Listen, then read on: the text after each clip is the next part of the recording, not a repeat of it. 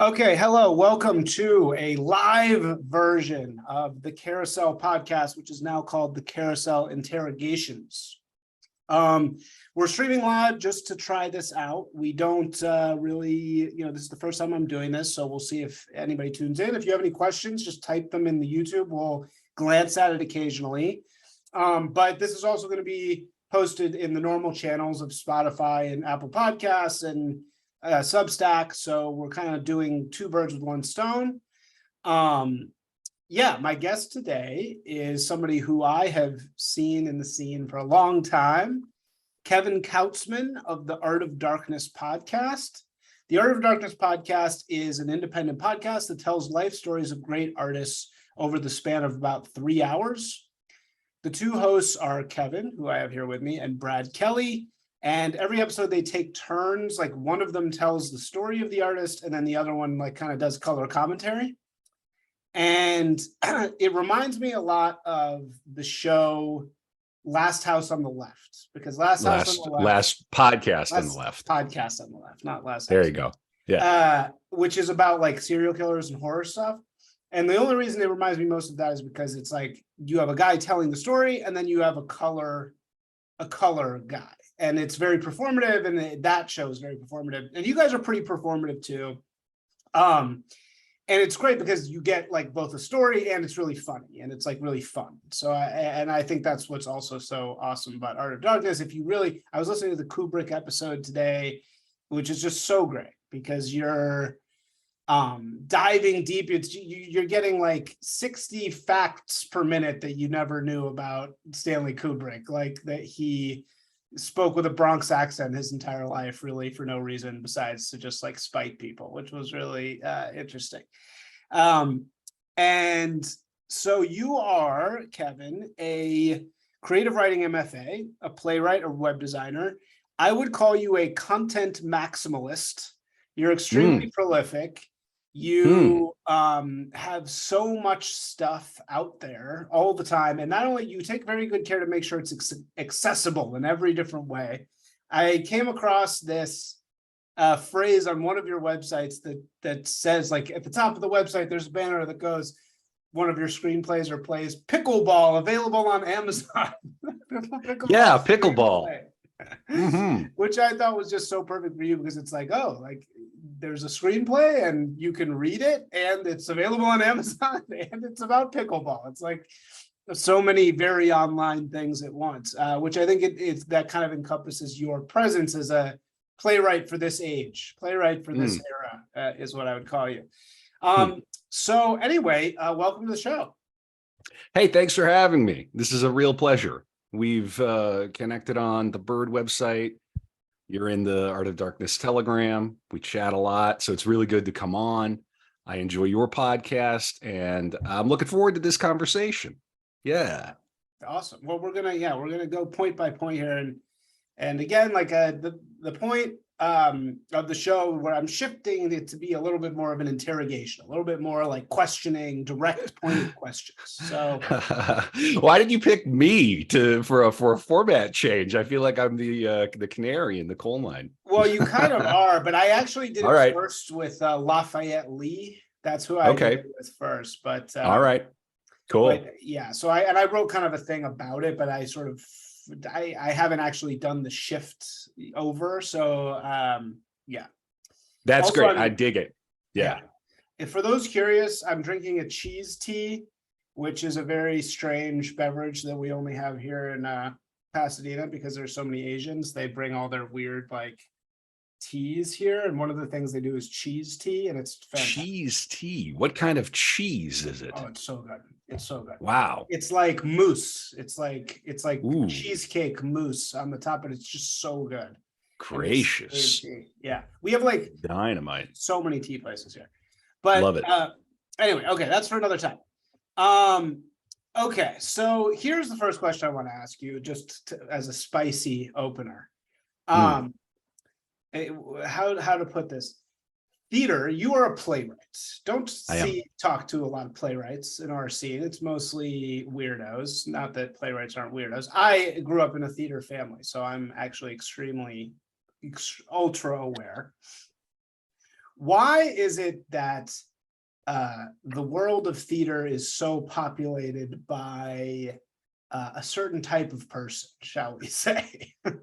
We talk a lot about the theme of the theater occupied government, right? Which is right. a hilarious meme, which are often gay men are very attracted to theater. So like, why is that? Why are gay men so attracted to theater? Well, I think that in the United States, so we have to make a lot of distinctions in the theater, because like, not at all, because like, because it's like in literature, you could say the word literature and it can mean a million different things, right? Do we mean genre fiction? Do we mean sort of highbrow lit from the canon? Do we mean mystery novels? So the theater's a big place. Theater's a big word. It's a medium. As much as anything else. And one thing about theater in the United States is that it's been driven by, in so many ways, a uniquely American contribution to the theater, which is the musical. The musical is a form that Americans essentially invented. It's like jazz. It's something that we can put our stamp on. And so the American theater is woefully colored by the musical and all of the, well, frankly, there's just a great deal of, I suppose, what they would call, I did get an MFA, queer coding. And it's in, particularly in musicals, right? And it has. Why do gays love musicals so much? I'm not going to speak for them. I would speculate that in the United States, because of this is not so much speculation. This is my theory of it, and I do have a small amount of standing. I think that it's a consequence of the puritanical background of this country and the puritanical present of this country, which has been kind of perverted through a complete kind of crazy Escher fractal pattern where it comes out in unanticipated and unexpected ways. We have an extremely vain and narcissistic strain of puritanism in this country. It's morphed. We're in any case, I think it attracted. I think that's true. No, I think that's accurate. We have a weird that will never fully escape the puritanical kind of. Not at all. We have sort of a repressed thing that they don't have in right. much of Western Europe, for example. Certainly. Yeah. And I think that the theater in the United States is the realm of misfits. In a way, it's like the island of misfit toys. But there's a lot of bitterness and sort of rage about it in the American theater, which I've spent some time in England, and I've done theater over there, my own plays and other plays. And there's at least in the UK, it's much more ingrained in the culture. Whereas in the United States, it's kind of seen as like an oddball thing, definitely left coded, definitely the purview of National Public Radio and the class of people I like to call the jazz flute Americans. And I think that, of course, we've had, great playwrights who were gay. Tennessee Williams comes to mind, of course, but we've also had great playwrights who slept with Marilyn Monroe in Arthur Miller, and Eugene O'Neill was there. His work is very masculine and kind of male focused. Now I'm talking about straight plays in the sense that they're not musicals. Not straight or gay, but I mean, but for, and I just think there's this huge distinction, like in my mind, between people who make musical theater and then people who are interested in, I guess, what I would call serious straight plays. Sure. And that's much more the realm that I occupy and that interests me. There's some great musicals as well. But I think because, again, I can't speak for gay men or gay people, but I think because theater has that veneer in the United States of being an outsider art, one could see that it might be attractive to people who feel like they're on the outside of something. Beyond that, theater is very, very difficult to make, and it's really pretty pretty difficult. It doesn't cost a lot, but it's difficult. It requires a great deal of commitment, and it also requires typically an urban audience. So where are the great theater cities in the United States? Chicago, New York City, Philly.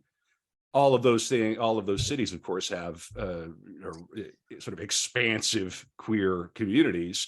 This all feels very circumstantial. I think we both know deep down there is a reason why gays love musicals, and I don't know what that reason is. No, I think the answer is because musicals are fabulous. Yeah, that is the reason. Right. No, I mean, maybe I'm being too, I guess, sort of academic or cerebral about it. But I was just you're trying to find all these like other reasons. But there is some sort of metaphysical or unexplained phenomenon here where like for some reason gay guys just love musicals. They love them. Yeah, I mean, we could. Why? Who knows? I don't know. We could just accept on the face that it is what it is. I mean, I think that's great. I mean, it's sort of like gay men in opera, right? I mean, that's a pretty well known thing, and I think, hey, fantastic. The last thing I was just going to say about it is that it's, as soon as you start having families and having kids, it becomes extraordinarily difficult to maintain a career in the theater, just because of the commitment. So I could see that would be another reason why it might sort of gravitate in that direction. That's true. Historically, yes, they get it. That's a great point that they definitely are able to advance because of that.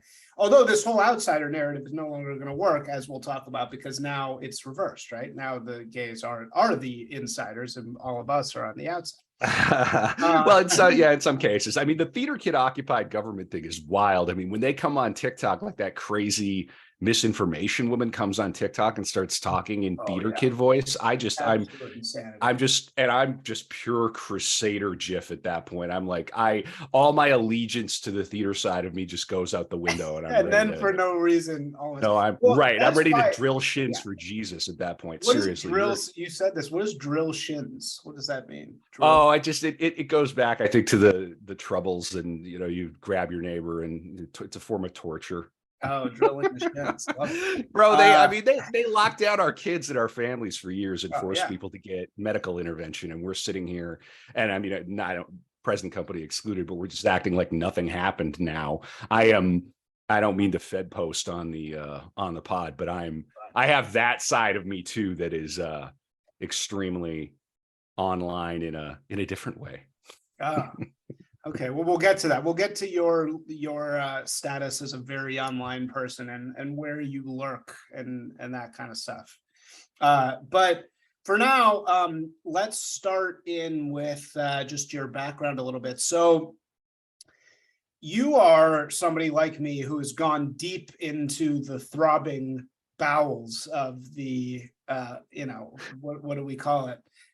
What's a word I can use that's not going to get me into trouble? The establishment. Let's use the Yarvin word, the Cathedral. And I think that what we see here is basically, there's always been the academy, right? In arts, there's always been the academy. That is the mainstream sort of art establishment. And at varying degrees, that academy has been good or really shitty. Right. I mean, it's like during the communists and during Hitler, their art academies absolutely sucked. Nobody wanted to see Nazi art. Nobody wanted to see communist art because it was all controlled, like our art is today. Mm-hmm. So you, like me, have, for differing reasons, have experienced really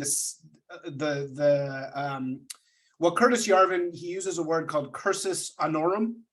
And cursus honorum to him means like the pedigreed steps that you take in order to be accepted into the mainstream cathedral elite art world, right? So I know we weirdly, have you seen Tar, the movie Tar?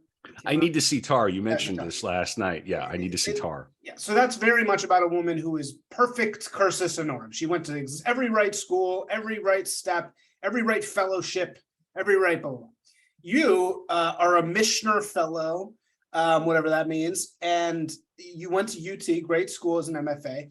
So I guess I want to say, like, in terms of you, the cursus honorum, how good is yours 1 to 10? Oh, 1 to 10, 1 to 10. I mean, I think there are a lot of young people who would trade for my trajectory. I'm not going to give myself a 10 because Because 10 would be Yale, right? Yale is number one. oh, well, well, maybe not necessarily. I mean, it depends. I mean, it depends on who you ask. I mean, what the Michener Fellowship means is that James Michener, who made his fortune off of the musical from his first book from South Pacific, his oil money paid for my graduate schooling. Nice. So I'm all about that. Nice. I'm a big don't pay for grad school type guy, unless you come from serious family money. Don't shell out $150,000 for an MFA to enrich your, these administrators who hate you, and then professors who are going to act like you're their comrade while they travel to their second and third homes, throughout the course of the year. Yeah, I feel pretty good about it. I mean, I knocked on a few doors where I was a finalist and got close, I mean, I'm very hard on myself. So I sort of sometimes think of myself as like an also ran. But at the same time, I was in my MFA program in 2010 and graduated in 2013. And there's a fine polemical book that you can get by the great David Mamet called The Secret Knowledge. You familiar with this? No, actually. I mean, of course, this is, but I don't know. Yeah. Well, this is the book that he wrote after his coming out as a paleo conservative, right? And of course, the theater community just absolutely turned on him. It's verboten. Yeah. And there are a couple of chapters in that book devoted to a little theater program at a little school in Texas, and how they treated him when he was down there because he said something that was off color and offensive during a workshop. And they proceeded to do what they do best and what they're now doing at the level of the federal government and every major institution. They proceeded to cancel David Mamet. They had a town hall meeting, effectively trying to, I think, ban him from campus. It's all documented in there.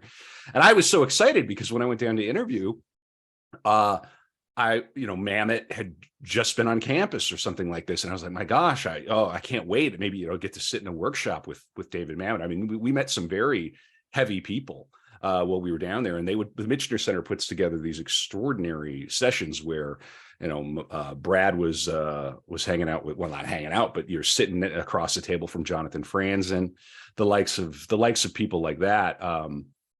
His name escapes me, but the great screenwriter who wrote Empire. It'll come back to me. Oh, Kasdan, Lawrence Kasdan. We got to just sit around a table, a dozen of us, and listen to Lawrence Kasdan tell his origin story, stuff like that. Point is, Mamet, his collection is at the Harry Ransom Center at Texas. And after that incident, he just proceeded to say, well, I'm just not coming back. And so these activists posing as artists just have the biggest chips on their shoulder, and are always performing right onness. And that I got, funny way, the best thing about my education was that I got to experience that cauldron ahead of time. So everything that's happened since then has been like, for me, yeah, of course. Like, of course we have a woman who's handling disinformation at the federal government who sings on TikTok and talks like these people in vocal fry. And of course. You just weren't surprised. You saw it. You saw it coming from. 100%. Yeah. I mean, I could go on and on about that, but I mean, and I nearly got into Juilliard here a few years ago. I for their program, I mean, my trajectory, there are a few things like that would have been great, but it's all changed so radically. And COVID was this major inflection point in the culture, obviously, and for theater. I mean, I wrote what most would consider like kind of a shit hot play. It had 4 or 5 different readings all on Zoom by different legitimate theater companies. And typically the way the play development process works is you get a reading, people start to notice, people pick up the play and run with it. But all of this was happening during COVID. we ended up, putting that play out online in various forms. It's out as a podcast. My friend Jeff Giese helped me produce that, and that's at moderationplay.com.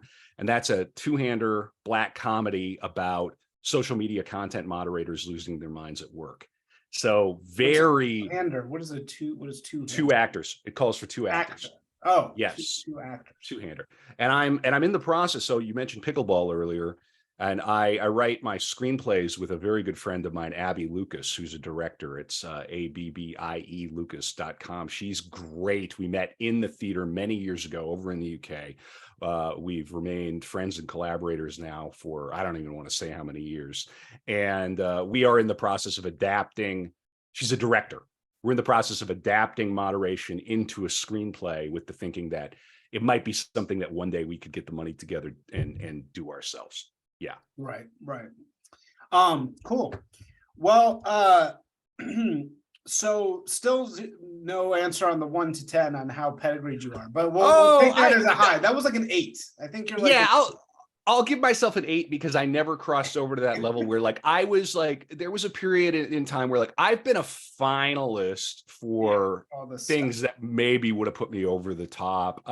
And look, it's not over yet. I've kind of pressed pause. I'm not applying to things very actively. Like I've got young kids now. I'm living in Minnesota. And you're also defecting, right? I mean, you're basically defecting, aren't you? I kind of. Are you waiting around? Like, are you kind of waiting around for them? Are you thinking vibe shift? The regional theater. There's going to be some regional theater where the artistic director is like, you know what? It would be cool to put on a white supremacist play. God! I wrote a play. I wrote a play that did very well. I'm not a wig guy. I'm a Catholic. I'm a Catholic. I wrote a play called Coyote. My plays are often untimely. Wait, hold on. You do write the N-word in your plays though, or at least in Coyote. In Coyote. Well, yeah. Well, Coyote was heavy. Coyote, I wrote. Let me explain Coyote.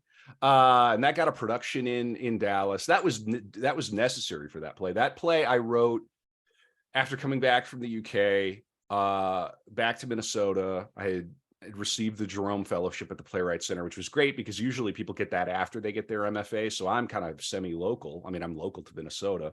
So I get that fellowship. It's a little bit of money in my pocket. And it was also like a golden ticket to grad schools, because if you already had that fellowship, it's like, okay, this guy, you're talking about cursus and honorum. It's like, okay, Here we go. I wrote that play about a racist Minuteman on the border, and a young man who attempts to infiltrate the organization, and then it becomes kind of this mytho-poetic thing. It got a quite a decent production in Dallas at the Margot Jones Theater at the State Fairgrounds there. We brought a little truck inside the theater. It was very cool, very unexpected. You direct or just write? I will direct, but when somebody goes to realize one of my plays, typically I love. I had one of my plays, which is published by Broadway Play Publishing. It's called "If You Start a Fire, Be Prepared to Burn," and I wrote that. I wrote half of that before grad school, half of that in grad school, and that is a play about OnlyFans girls, basically before OnlyFans existed. So it was about cam models. I wrote that in 2011. You were definitely ahead there. There was that great documentarian who did, he was a cool guy for about 5 seconds. He did the documentary on the gathering of the Juggalos. Oh yeah, no, I don't. I need to see that. Yeah. His follow-up, same time was about cam girls also. Yeah. Well, yeah. So a little bit kind of untimely. Ditto with Coyote, just a little untimely but I mean, the border's been a crisis for that long. I mean, the genesis for Coyote, and one of the reasons that character is so extreme is because he's baiting the other character. There's a real Beckettian quality, kind of a Waiting for Godot under the stars with shotguns and American paranoia to that play. That's the log line. It's Well, I won a, like a student playwriting award and got to go over to the UK with that. The most formative year I had in the theater was between 2006 and 2007 when I had the opportunity to go over to London, and I was in the Royal Court's Young Writers Program, the Soho Theatre's Young Writing Program. And I just basically got like a Neo in the Matrix injection of hardcore, serious, difficult, challenging theater just shoved into my brain over the course of the year. I was a Philistine and just an American, right? Americans think in film, we don't think in theater. And I just got a really serious education very quickly. I was in a Camus play, Caligula, which was wild.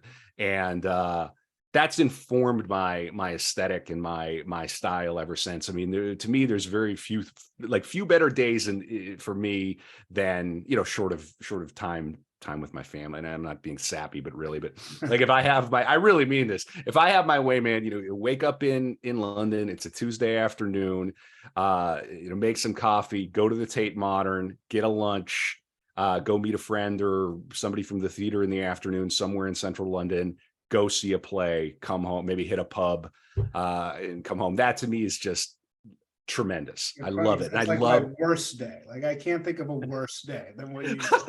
Are you kidding? Oh man, I love it, dude. As I told you, I grew up a theater. My parents were hardcore theater people my whole life, so I grew up like I have like deep post-traumatic. I can't see plays. I hate plays. I can't even straight plays that are anything, just no musical, really. I can't. The actors, like, they just appear to me so cringy. You know what I mean? It's like, when you watch a movie and it's like it's bad because it's cringy and it's not self-aware or whatever. Yeah. I mean, like that feeling you get, when you watch something that's bad. When I watch a play, I get that like times 10 the entire time. It's a weird emotional thing. I'm sure it's not actually like it, but it's like I feel like traumatized. Like I generally I cannot watch it. I was raised by, and our friend Stabmaster has a question in the chat, so I just want to real quick speak to that. But I was raised by school teachers, and I am now a shut down the Department of Education person. I don't just being anywhere, being approximate to like a public school, being inside it. I just all of my alarm bells go off. I just want to flee in the other direction. Yeah. So maybe it's hold on. We'll wait till we'll get to Stabmaster's question. Okay. All right. Times my show here. Okay. Kevin. All right. Sorry. I'm just trying to help. Control. Okay. So no, I'm just kidding. But actually, I want to touch on the next little bullet here, which is, so in your Kubrick episode, you say something that stuck with me, which was, he was an oddball, obviously, right? So many of the people that you talk about, because you tell these amazing epic stories of these artists' lives, and as somebody who just likes stories, I can just listen to this stuff all day. Like, I'm so thankful I have it because it's just these, great stories. But the thing that, speaking of cursus honorum, the thing that I think kind of stands out is they're always odd people, right? They're almost always weirdos, as most artists start off as.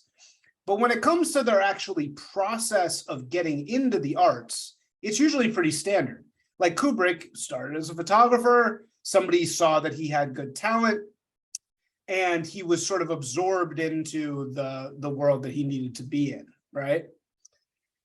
Today, though, we have this warped, messed up cathedral. We have a messed up talent recruitment system in the arts, right? Because it's all identity based now. And I can't think of the last person that came up the right way, particularly in writing, maybe in movies a little bit, who's making good stuff. I can't think of anybody, So I guess my question for you is, if Kubrick was working today, would young Kubrick been recognized by the establishment and brought in, or would he have been kind of pushed away? Well, Kubrick is an interesting case because and I'm glad you're bringing him up, because one of the through lines for us on the pod is this interrogation, this look at how great artists accomplish what they accomplish. It's always kind of a mystery, isn't it? And this reminds me of grad school in the Ransom Center, and how all through your education, and I'll come back to Kubrick in a second, but all through your education, they will hand you the greatest novels and stories and poems that have ever been written. Let's focus on the novels. The finest novels that the greatest writers who have ever lived have written, edited by the greatest editors who've ever lived, and hand you this. And you'll, at least in my experience as a wee lad in a terrible public school, which is now low income housing in North Dakota, I discovered, that was a fun night on Google, popping around. I'm like, I knew this place was a dump. And they'll hand you that and you'll say, I want to be a writer. And it doesn't, for a certain class of person, that just doesn't compute. What do you mean you want to be a writer?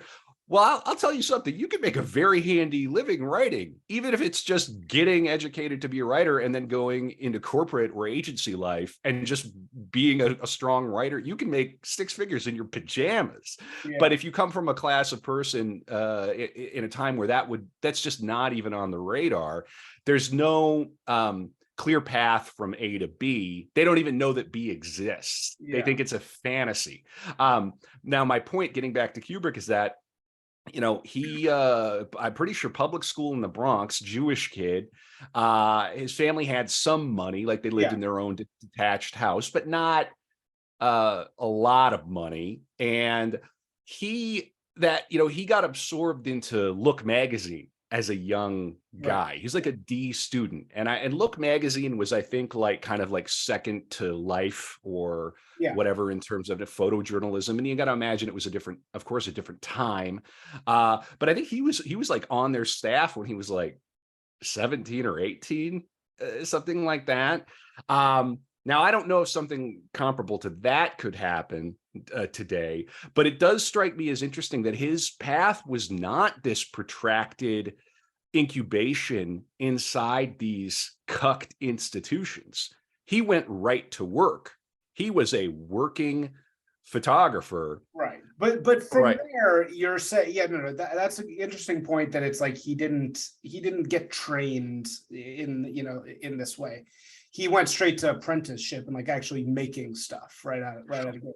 But do you think that but you do say in the episode, you say that when he started shooting for Look, people start to realize his talent. Yeah. The people around him realize his talent. Of course. And then he's kind of put in the right place.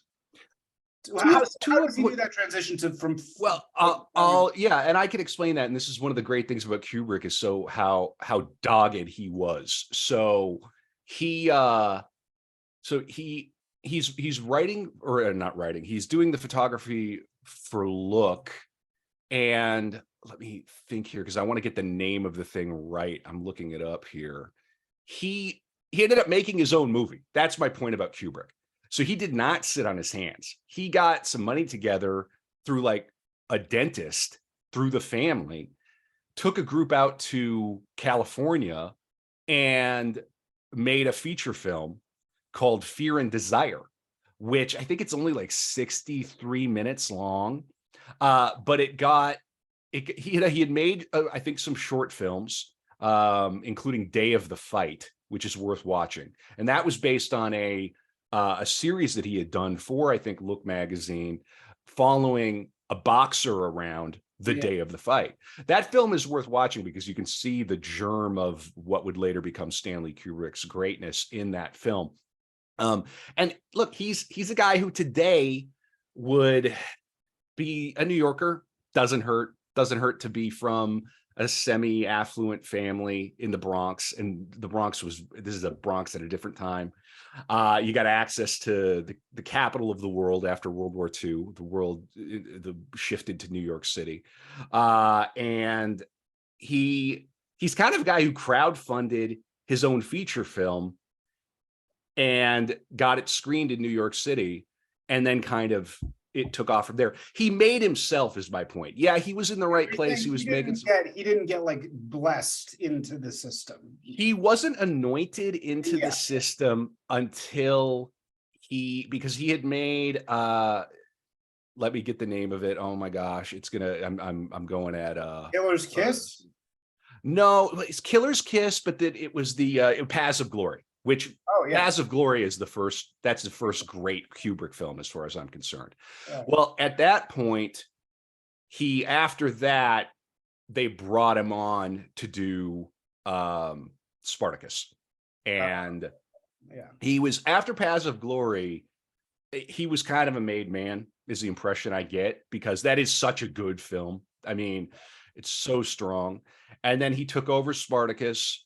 I learned last night that he and Kirk Douglas went to therapy together like a couple because they hated each other so much. They didn't get along, which is Brad and I might need to do that for Art of Darkness. And it seems like you two get along very well, no? Oh yeah, we're like peas in the pod. We're gonna do Art of Darkness live later this year, probably in June. Ain't St. Paul, because Brad's coming out. He's gonna be godfather to my baby daughter. So now he'll officially be family. Yeah.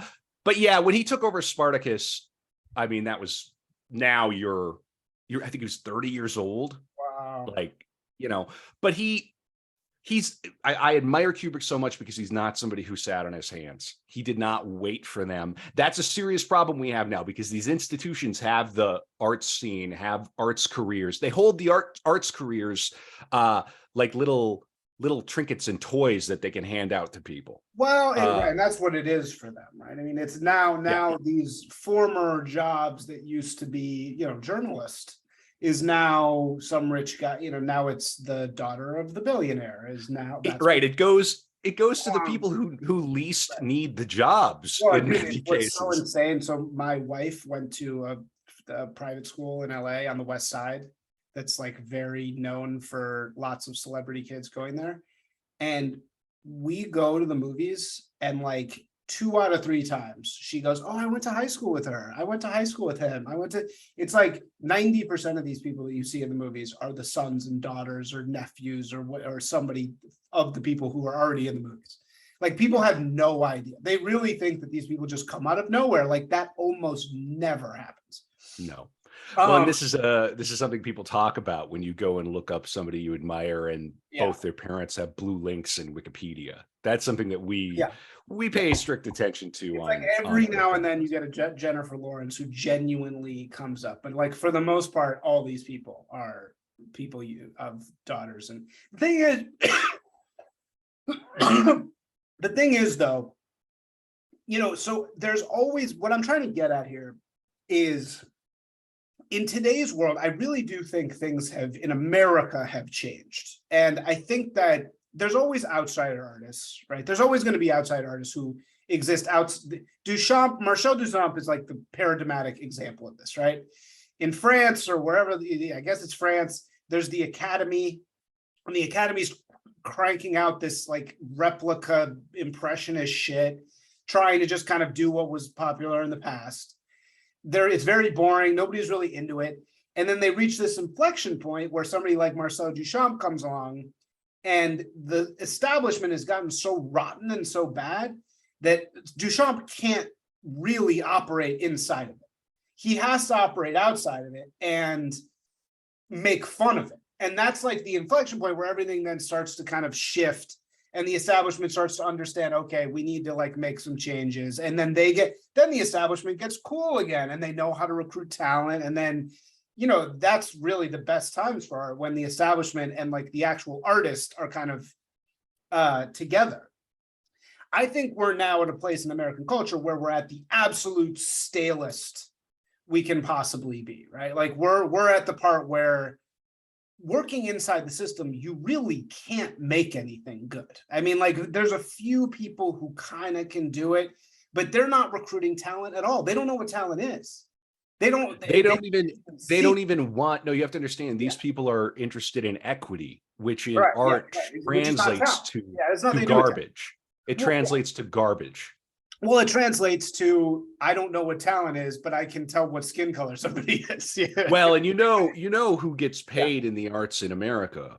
And it's just like the university system, administrators. We're Right. talking about the hijacking of everything that is good and holy, Yeah. or at least interesting, by PMC admins Yeah. who are much more interested in the gotta catch them all mentality, the perspective of their peers at all times.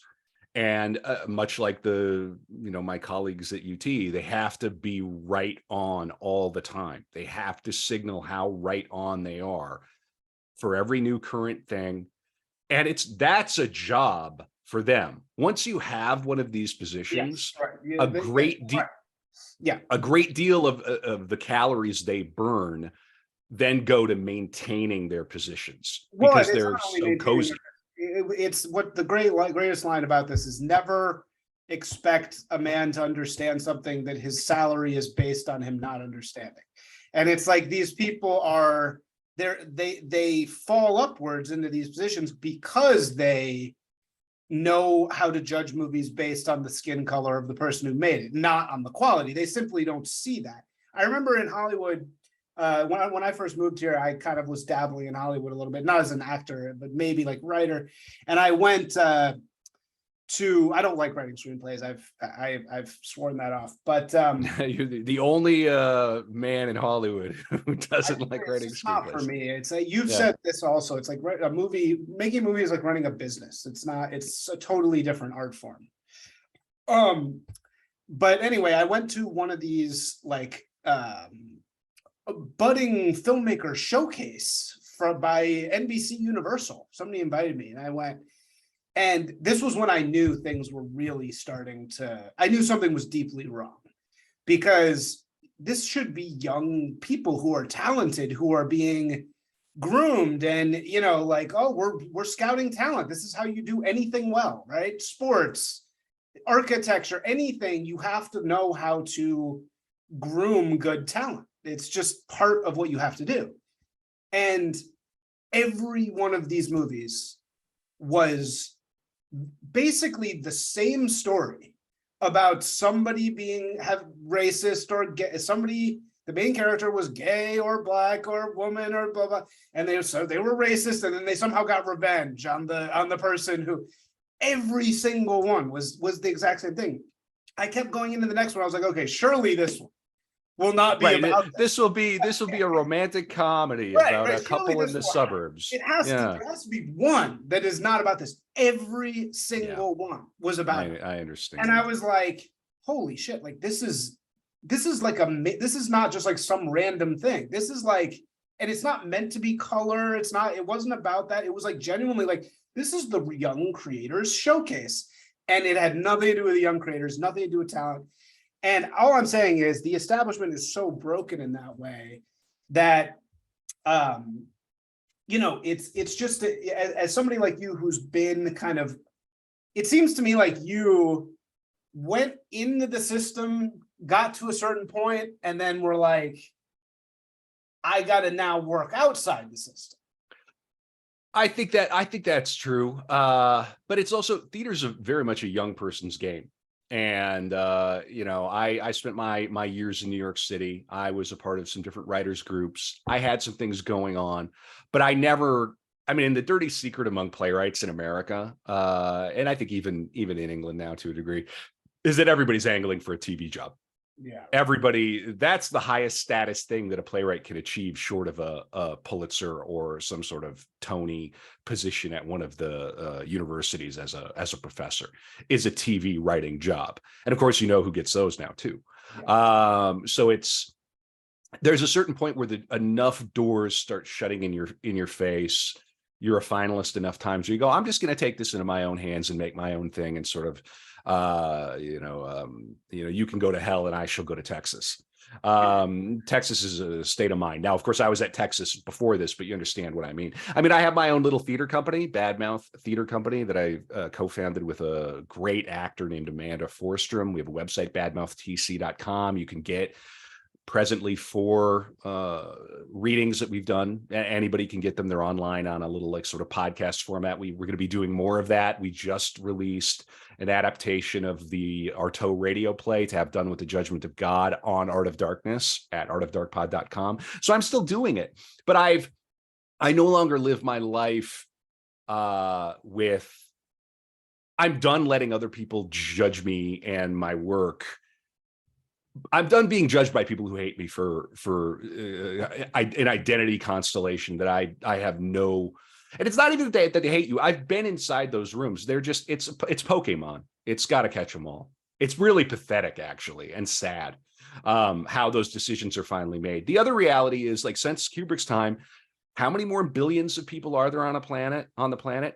And we're all jostling for these extraordinarily rare positions as directors, as writers, so the competition has become extraordinary. I think the O'Neill Theater Center, for their summer reading series, I think they do maybe 10 readings. They get like 2,000 submissions every year. And it's understood that if you get one of those readings, like, it's a career maker for people. That's the level of competition you're up against. I mean, the Michener Center gets 1,200 plus submissions every year. So we live in a different world. But the happy answer to it for people like me, for people like us, is that we kind of do live in an era of no excuses. So you can start a podcast, and if you do have any kind of talent, you can make something happen. Bottom line for me about the theater is that I never set out in the theater to have one of those careers, because I never expected it. I know the class of person from which I came and I come, and what I've accomplished already is more than I could have imagined when I was a young man, and a young man. And I'm not done yet. I mean, I can still now sort of make theater and do my thing. It's just going to happen outside of the institutions. I don't expect Manhattan Theater Club to clamor to do a production of Moderation or any other one of my plays. And frankly, I don't give a damn. Yeah. Well, I just think the overall look, it's important to listen to things that make you jealous, right? And there used to be people inside the system that made me jealous, and I'd be like, oh, damn, like, what if, screw that. But also, like, I'm gonna watch what they do. I mean, I do a different thing than you, but and maybe writing's different than theater, because writing has gotten hit the hardest, especially like the kind that I do. But there's just you mean like literary writing? Like, I mean, I don't novels and such? I do basically gonzo journalism. I mean, I do culture. Right. Culture. Right. Like, I do the kind of stuff that I used to write for Vice. I do the kind of stuff that you would have read in Vice 10 years ago. Gotcha. Kind of like imitation. I write a bunch of different stuff, but I just don't see anything coming from so this year in movies, right? There was a whole set of movies that were like populist art films. Anyway, Tar, which you guys see, you'll absolutely love it, because it's very much about this world. There was Triangle of Sadness. There was this movie, The Menu. There was a bunch of these movies that were kind of like class anger porn, where the poor people like eat the rich people, basically, right? And they weren't totally based, but they had some based elements in them, etc. Like, that to me is telling me that we're like that. It felt like we're like the system is at war with itself now. It was unified for a while. Like Hollywood was unified, and then now there are people inside Hollywood that are making films that are making fun of Hollywood. Right. Like genuinely making fun of Hollywood, which is good. I think that's a great sign. It shows that we, like, at least until they become totally communists, there are enough people that, like, the actual truth, there are going to be people that are willing to make that. They're still going to release it. They're still going to let it out. And as long as that's true, we will win. Like, we will win as long as that's true. The only risk is that it becomes actually totalitarian, and we don't have the freedom to actually make this stuff anymore. Well, there's also, right, Trying of to do course. that. Yeah, right, of course. I mean, there's also the hope that Hollywood just becomes increasingly irrelevant, and that these films are able to happen outside of that. Maybe that's my flyover bias. Yeah. But yeah, I don't know. I really don't know what's going to happen. I mean, yeah, but they are again, I think we just need to pause and reflect on how insane the past 3 or 4 years have been. Totally batshit, off the wall, dystopian madness. Yeah. And now it's totally crazy. It's absolutely unbelievable. I mean, it's the level of the pharmacological damage that's been done, not even just in COVID, but COVID was a good example of the power of it. Adderall, OxyContin, these are all like holocausts. They, in 50 years, they're going to look back, and they're going to look back. My friend, I mean, I don't want to get to, and this is not sentimental at all, but my father overdosed from an opioid that never should have been on the market in 1986. This is not a crisis. This is a fixture of American life. Yeah. Huxley did get it right that pharmaceuticals would play a major role in the dystopia, but none of those guys got it entirely correct. If anyone wants to look up the drug that killed my father, it's called propoxyphene. It was released by Eli Lilly, Darvon Darvocet, and the features of it are that it's a painkiller, not very effective at killing pain, and on the long tail of the bell curve, if you took slightly too much or if you mixed it with alcohol, just a certain number of people would die. And this is the thing that killed my father. And I mean, it's just an absolute disaster. And we continue to trust these people. That's what's well. First of all, disgusting. Well, they're a mob. Yeah, no, they're unbreakable, and they're it's like the doctors in today's world are the biggest effing criminals. They're drug dealing criminals, and no one, not uniformly, but yeah, I will tell you, the Christian scientists are looking less and less crazy. I'll say that over the past 2 years. They were completely right about everything. Like, we should all be Amish.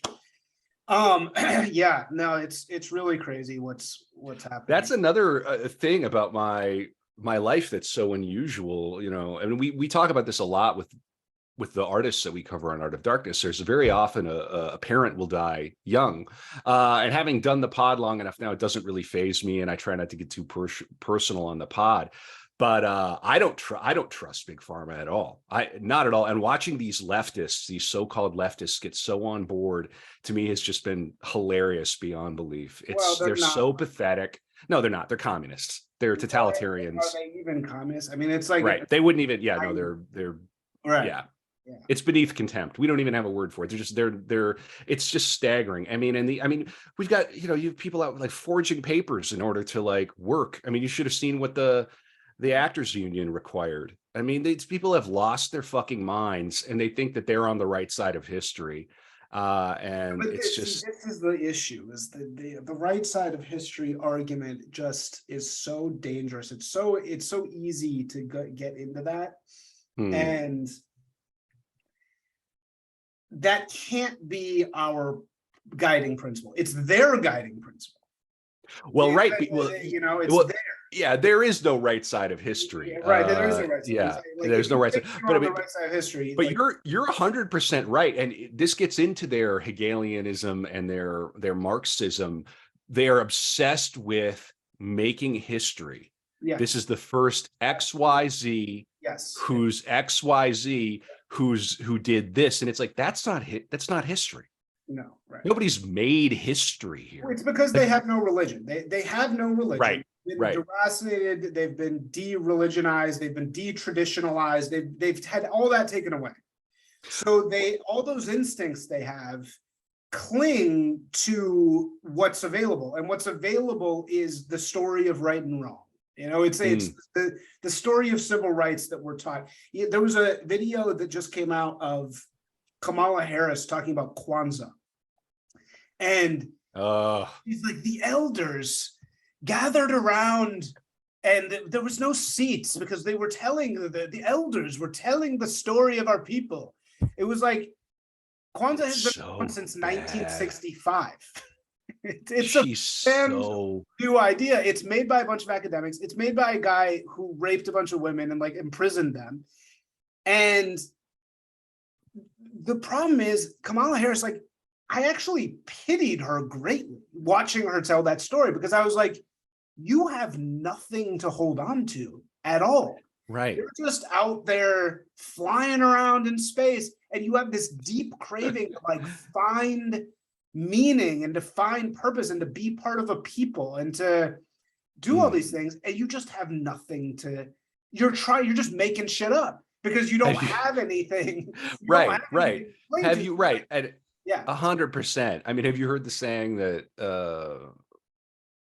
politics is show business for ugly people? Yeah. Right. Yeah, yeah. I mean, and a performance like that from her, it's cringe beyond cringe, but I think that's the point.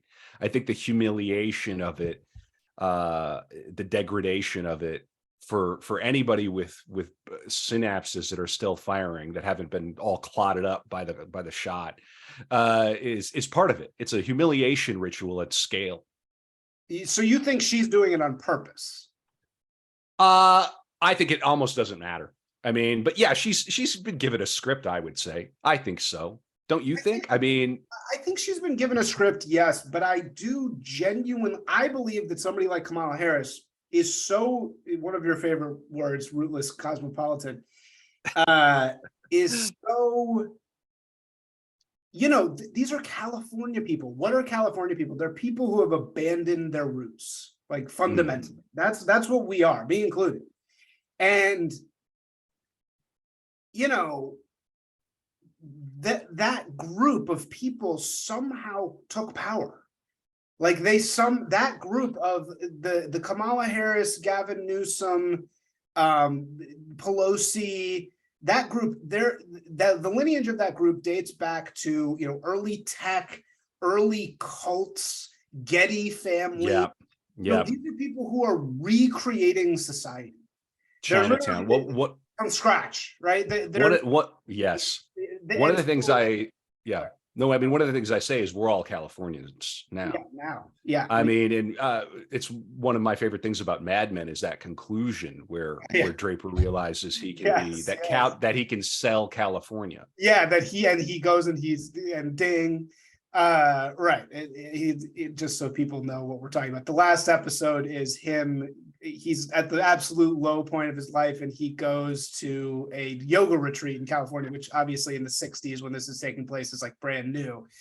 And I actually hate that last episode, to be honest. I thought that show ended kind of badly. And he has this stupid scene where he's in like a friendship circle and they're sharing their real emotions. And of course, he as a 50s man like breaks down because there's a fat guy who says that he, is the product that nobody wants in the refrigerator, which I thought was just the absolute dumbest shit I've ever heard.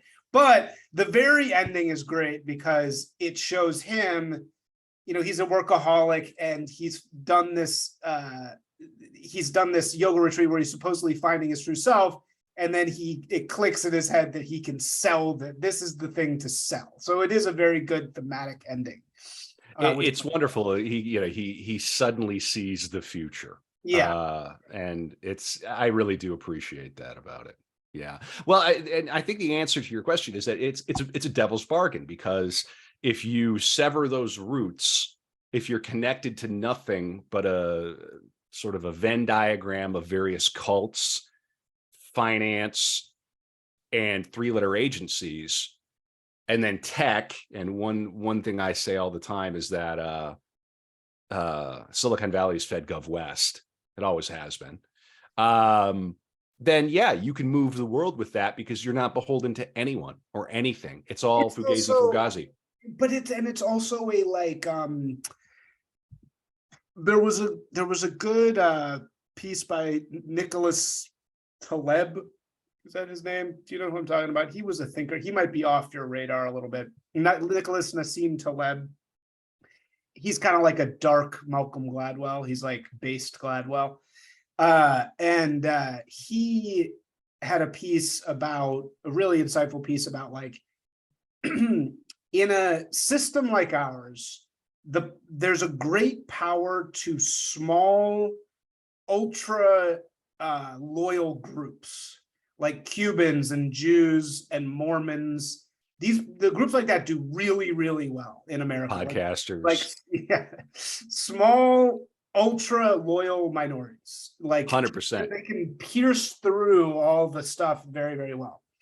I see this group of Californians that really took over. They were like the people that just no one really were paying that much attention to. Like they were kind of like operating in the background, doing their dumb shit. Tech, they got really lucky with tech because, as you're saying, it's like they kind of lucked into that, and then suddenly they're in control of the world. And it's like, fuck, like nobody, people weren't paying enough attention. Like the people who were supposed to be in charge, like just kind of, they had a bunch of fail sons, which always happens at the end of these big families. And suddenly you turn around and it's like this pod of people have taken over the Democratic Party entirely, and essentially taken over every single institution. And you're just like, fuck, they kind of rose and they did it without anyone really stopping them because they could. Right. And now we're stuck with them, and and they're sunshine people. And the amount of leverage somebody has now, if they come from anything like generational wealth from one of the coasts, is just staggering. Yeah. I grew up around like poor people, trailer people, like all, and very, very good people. But it's just different. And it's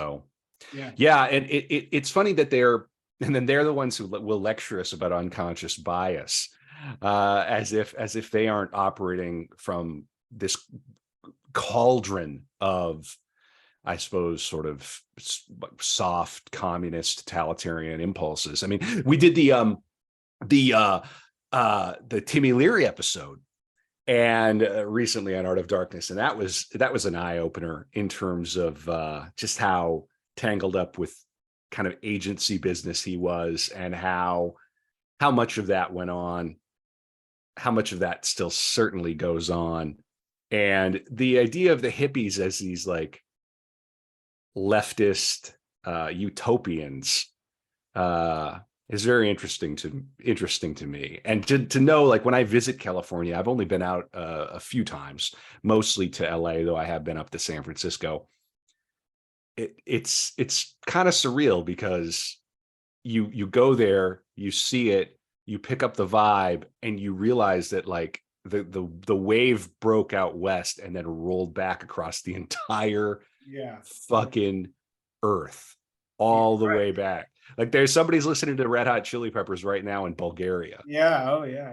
No, totally. Yeah. So okay, let's keep talking about money, but let's like move on to actually talking about, we're like way late in talking about the actual thing we're here to talk about. So Art of Darkness.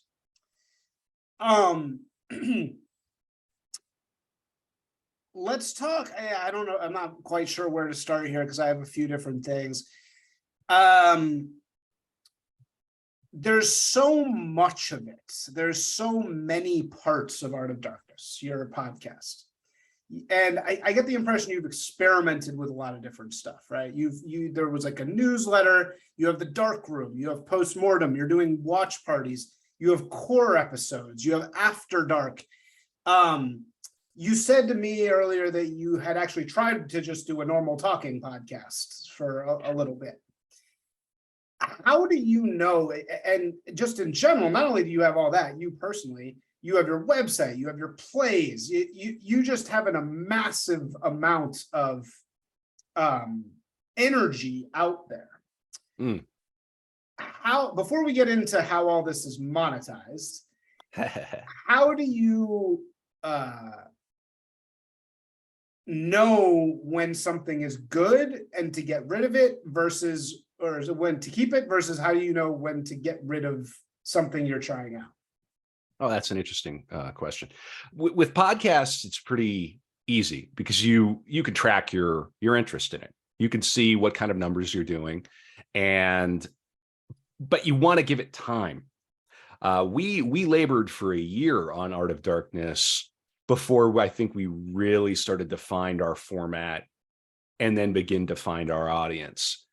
But we could see, hey, we're getting 100 listens here in a day or two. Okay, that's interesting. What's going on? And then there was finally one day this year, because we're coming up on 2 years here now soon, and season 3 is starting in 2023. Our seasons follow the calendar year. There was one day where Brad texted me and he was looking at the numbers and he's like, I think there's a glitch. Like these numbers look high. And I'm like, and I do, like you mentioned, I do web development. I do digital content management. That's how I support my family and everything. I genuinely enjoy doing it. Obviously one day when Art of Darkness is #1 across the charts, I might scale that back a little bit, but I just was like, I just don't think so. Like, it doesn't make sense. Why would like some bot I've never seen that. So I went and we found out we were charting in the books category in Apple Podcasts, and we noticed a measurable increase in listeners, and it sort of coincided. So that was a very fun week. So for us now, it's like, well, we have an audience. We have people who wait for each episode. We've got 80 plus people in the Telegram. We have momentum. The other shows that we tried to do, like I did a little interview show for myself after Brad and I parted ways when we did our original podcast that was kind of just like a band cast, which are just a dime a dozen. There was no franchise to it. There was no hook. So, one thing that you learn when you learn like television writing and screenwriting, right? Like for TV is that you want an engine for a show. Well, Art of Darkness has this limitless engine. Because we try to do 24. So the way the format of the show works is that we do core episodes about dead artists that we do a comprehensive profile of their lives. Every episode gets an after dark for Patreon, which is an additional 20 or 30 minutes for every episode. Then we do darkroom episodes, which are like grab bags, like Isaac, if you want to come on, you see an artist that we've covered, you want to come on and talk for 90 minutes, we do that. Those are great because that lets us get great guests. We can kind of revisit artists we've covered, touch on different areas. Those are a bit of a lower lift. I mean, obviously for the core episodes, we really prepare. We buy the books, we get the biographies, we do the research. And we take turns, like you mentioned at the top of this show. I'll do one, Brad will listen, Brad will do one, I will listen. So it's a real pleasure. It's like something we would do ourselves, sort of whether or not we had an audience, whether or not we had a podcast. There was a funny tweet that went around like last month. Somebody tweeted, men invented golfing so they could take walks together, and podcasts so they could have conversations. Yeah. So yeah, I mean, and then as far as like theater goes, like I've written plays that I've submitted around and don't do anything. You just hear crickets back, nothing happens. Then you write a play that like, and of course when you finish a play, you always think, ooh, this is the one, but somewhere in your heart you kind of know.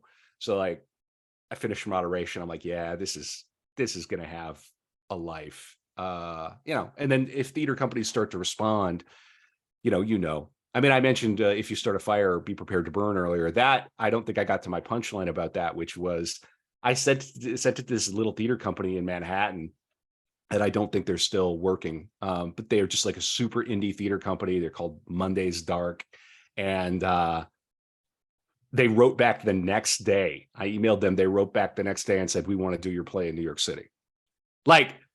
And I was younger then, and this is during grad school, and I had other things going on, and somebody else wanted to do the play, and then I had a plan over here. I thought it was going to be like that forever. It is not. If you ever have a moment like that in your life where you're getting the production here, just savor it, because there's no guarantee that it'll last. And theater is definitely a young person's game. The new thing. What about the pod? Is there, because like I am in the game of, I've been writing shit on the internet for 11 years, right? In different Yeah. And it's always the same. Like you write 10 things, nobody gives a shit about any of them. And then you write one, and it just explodes. And like you're getting emails, you're getting all kinds of stuff for like 3 days, and then everybody forgets about it and it disappears. And then, and I've had this happen over and over again for my whole life. We'll get to my story. We don't need to tell my story now. With Art of Dark, I get the impression that it's still kind of primordial. Like there's so much. Like you're trying the live streams, you're trying the the watch parties, which I came to last night to watch Eyes Wide Shut, which was fun. I guess what I'm wondering is, like, are there any times in which you've had something that hit in that context as a podcaster that was like, that's what we should be doing all the time? Or is something like Art of Darkness a little bit different than what I'm doing, which is just like writing articles, because you're kind of just growing, you're like brewing this audience that's just going to grow and grow and grow. Right. So you're talking about the things that we're doing now that we have a platform and an audience through Art of Darkness, right? Like we're not going to be putting out radio plays on every other episode of Art of Darkness. The core of the show are those core episodes, and the genesis of the show was a bit of a eureka moment for us. Okay, got it. But if you go back and you listen to the early episodes, we didn't know what it was going to be exactly. We knew it was going to be Brad and me taking turns, Brad and I taking turns, covering, profiling a dead artist. That was the format. The first episode is Burroughs, and it's 60 minutes. And then slowly it starts to grow and the episodes get longer. Yes. And Gurdjieff was 90 minutes. Yeah. So Sorry. Go ahead. Not at all. I'll just say when we arrived at Kubrick, which went, I think, somewhere between 2.5 and 3 hours, we didn't get bored. I wasn't exhausted when we were finished. People started to really engage on social media, and people started to ask to come on the show. Then we knew we had something. You do guests for the core episodes? We will do guests for the core episodes. We're trying to back off. I don't think you should. I don't think you should do that. I think that, like, I mean, obviously this is unsolicited advice, but the issue, and I'm not criticizing at all. I have this problem totally too, but I'll give you a special like Jew tip. This is something that you understand apparently. That I, as a Michelin halfie, an uncircumcised Jew tip. Unfortunately, I am circumcised, but I've been deep in worlds with people high up in the music industry, and part of the reason why Jews are so good at the entertainment industry is because we know really how to detect that we A/B test shit all fucking day long. And the thing that works, we're going to go deeper into that thing like forever. You know what I mean? Obviously, there's massive exceptions for this. I'm talking about like the Jewish executive type. Like Bob Dylan's the total opposite, right? He always did the thing. And I'm also the total opposite. When something succeeds, I want to do the total opposite thing of what just succeeded. But I think that what you really have with Art of Darkness is you and Brad, great chemistry, great storytellers. You really do the work. I mean, the level of just knowledge in each of these things is astounding, and really just worth it on its own. You guys have this core thing. You're telling the story of an artist. You're getting the nuance, and you do it as an arc. You get the themes, you get everything like that. It's a lot like, have you heard Murder Maid? I have not. That guy's stuff. It's No. kind of similar to Murder Maid. He does like he's basically like Dan Carlin, Oh, cool. Yeah, love Dan Carlin. I don't see anybody else doing what you're doing with artists. I don't see anybody else out there really telling the step-by-step story of these people, doing the work. And honestly, I don't think you need anything else. I think like if it's just you and Brad doing that and you guys just nail that all the time, all this other shit is gonna take care of itself, basically. I mean, I'm not saying you shouldn't do it. I'm just saying, like, it seems like you guys have hit this really, really good stride. And what I want to know is, has that been reflected in the numbers? Like when you guys hit that stride, was it clear that, okay, were you making that decision because like, oh, this is working and this isn't? Or No, I mean, no, it's more that the show's format has always been Brad and I alternating and doing these core episodes. People started to ask to come on. We've invited people on to core episodes in the past. We have had we've had some pretty good success with that. It is sometimes very, very helpful to have a third person along for those. We then invented the dark room concept because so many people wanted to come on. We wanted to have guests on, like we had Carl Rollison on, who's a New York Times bestselling biographer. He corrected us and told us we're not doing a biography podcast, we're doing a profile podcast. Biographers write biography. Faulkner? He was for Faulkner? Yeah, for Faulkner. Yeah. I listened to part of that. He's great. Great guest. He was fine.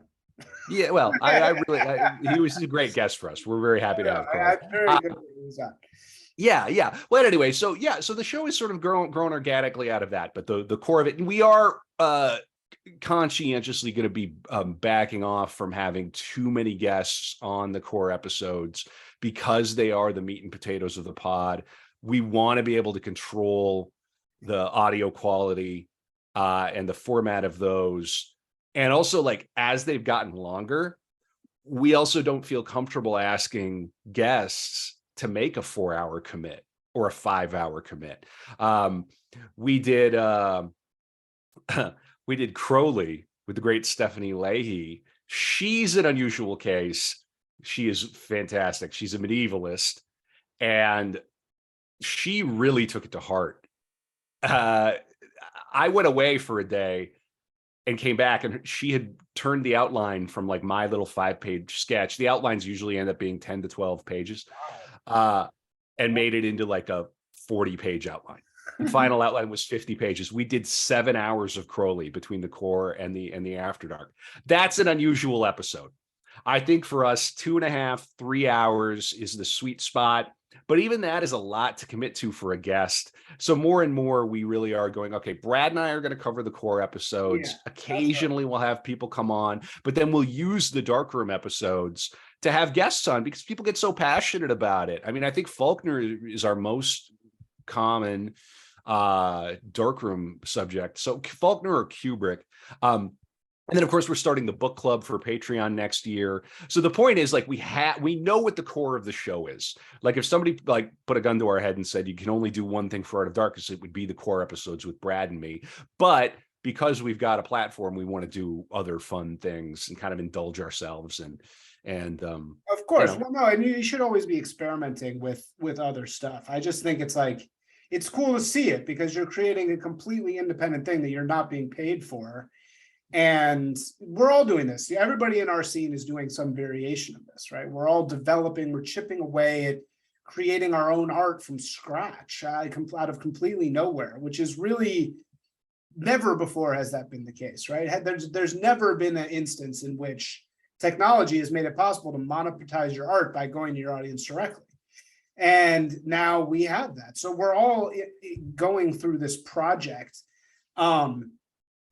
And it's been cool to see that with Art of Darkness. And I think that you really have the stride with you and Brad doing the main core episode and then leaving all the guest stuff to the other episodes. And yeah, I don't know. That's just how it's like how it makes the most sense to me in my head. Yeah, but anyway, that's just okay. So how, speaking of, then this will get to the crux of what I'm curious about. How far away is it from being a living? Art of Darkness it's not as far away as it might feel. There's that whole 0 to 1 thing, right? I mean, I think we have a strong proof of concept. Artists keep dying. So we're never going to want for subjects. I mean, we have a rule where we wait a year and a day before we cover anyone. We just did Norm Macdonald recently. MF Doom, we waited a year. Brad raps on that Patreon episode if you want a reason to shell out the money. rap, or is it? Yeah. And you know, I mean, we're making like something like $300 right now on Patreon, which, you know, obviously that's not enough to make a living. There's the Pareto principle is in play for sure. I frankly think that, like, barring like a complete absolute parabolic front page news, top 10 podcasts in the country, top 50 podcasts in the country, if we got to a place where it paid enough for like almost like a part-time job, and then even around like maybe a full-time job, I don't think I wouldn't quit the other stuff that I do. I wouldn't want to like do this like quote unquote full time. I don't even know what that would look like or feel like. Maybe my imagination is too narrow, but who knows what happens? I mean, if it takes off and the right person sees it, the right like executive sees it, I don't know. I mean, there have been didn't like Drunk History got like a Comedy Central show or something like that. We're not holding our breath for any like anointing like that. Like, we don't care. Like, it'd be great if somebody wants to, you know, if Art of Darkness becomes this big brand, you know, like Last Pod on the Left is. I mean, those guys make bank. I mean, some podcasts make bank. Stand-ups will make like 7 figures on. What do you think? So let's talk about Last Podcast on the Left, which I see as your closest analog. So they have all, like, if you look at their site, they have all kinds of. So they don't do. I don't know if they have any Patreon. They don't do. Yeah, no, they do. I'm pretty sure they're like. They do. I think they might be like $1 million Patreon. Yeah. Wow. Yeah, those guys are. They were like they're Patreon and nothing. Okay, here's our Patreon. Want even more content? Become a patron. So let's see if we can see. So these guys are like, you know, the best. Okay, they make $73,000 per month. Yeah, not bad. Yeah. God damn. Yeah. Yeah. That's not bad. That's not bad. I would like to make. Yeah, we would take a percentage. We'd take a fraction of that and be pretty happy for sure. I think I make like 95. So I can multiply that times 10,000. Yeah. Wow. So that's how you do it, guys. Well, it's the Pareto principle. Once you break out, once you start to get an audience, it should go viral. Yeah. And then our friend in the chat, Stabmaster, saying they shill ads hard. That is true. That's another thing that we're gonna start doing. Ads. What do you mean? They do ads during their episodes. I think if you subscribe to their podcast, you can get ad free. That's an option. Well, but so they're making money on ads also. Oh yeah. Oh yeah. Once you have that kind of an audience, they do live shows, they sell merch. They're an industry.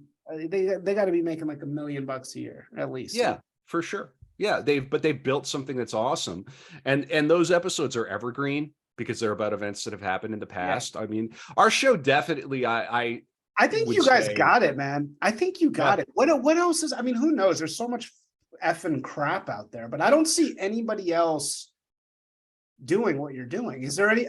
Here's an exercise I wanted to do with you. So when you look at the More Like This tab on Spotify, right? Oh yeah. Yeah. They don't have you with Last Podcast on the Left, which is an oversight of their system. Unfortunately, they put you with a bunch of right-wing stuff. I wonder why that is. It's wrong. They shouldn't do that because you don't have a right-wing. It's not like my podcast. You don't have a right-wing podcast. You know, you have a story podcast. And right. You with Hermetics. Well, he's been on as a guest. Yeah. Okay, so that's why. And then Subversives with Alice Kashuta, which is just a bantcast, is just talking, as you say, with like cool people.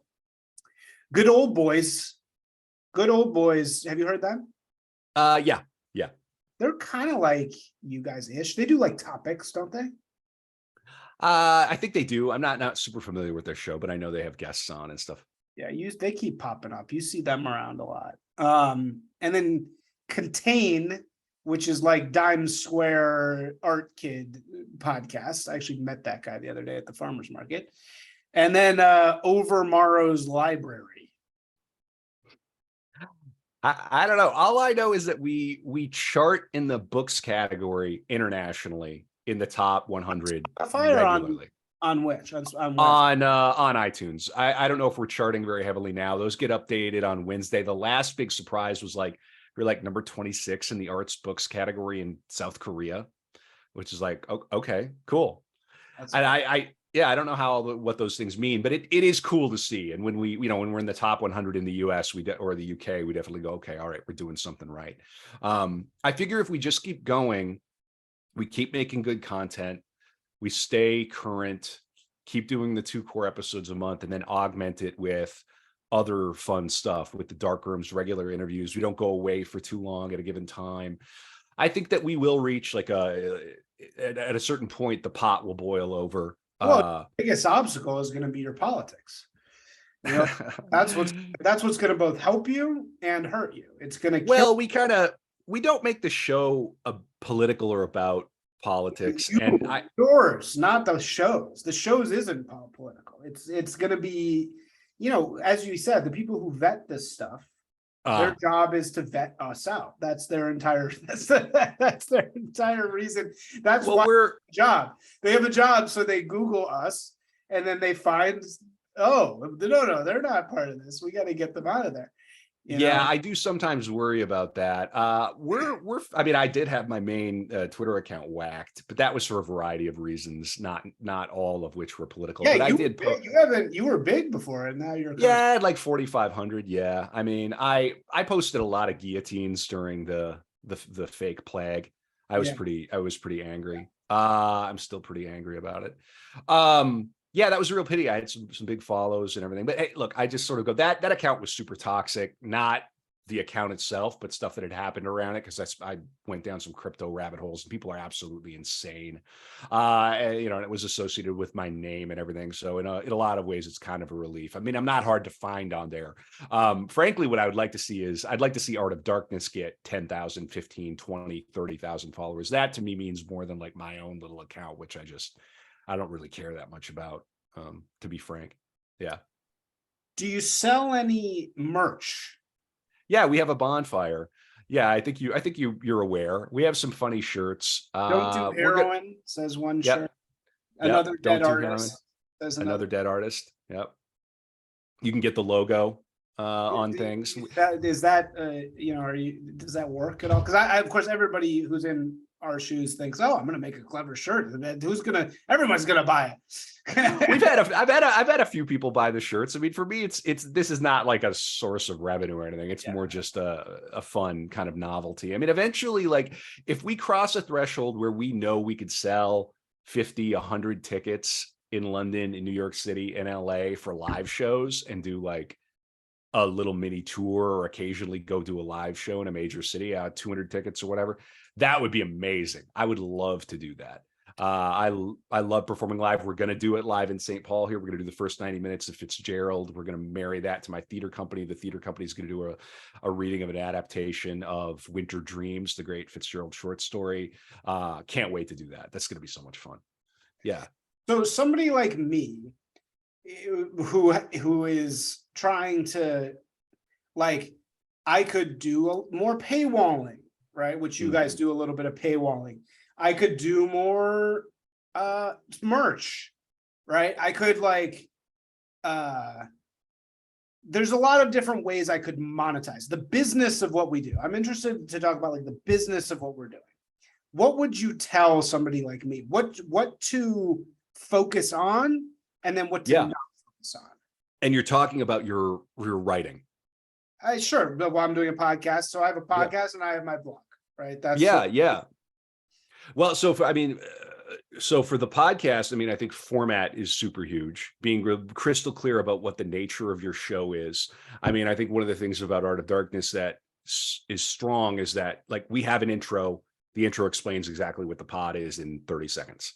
We're going to start running ads. We're just going to read our own ad copy for some different affiliate links and things for ourselves. They're going to be really short and sweet.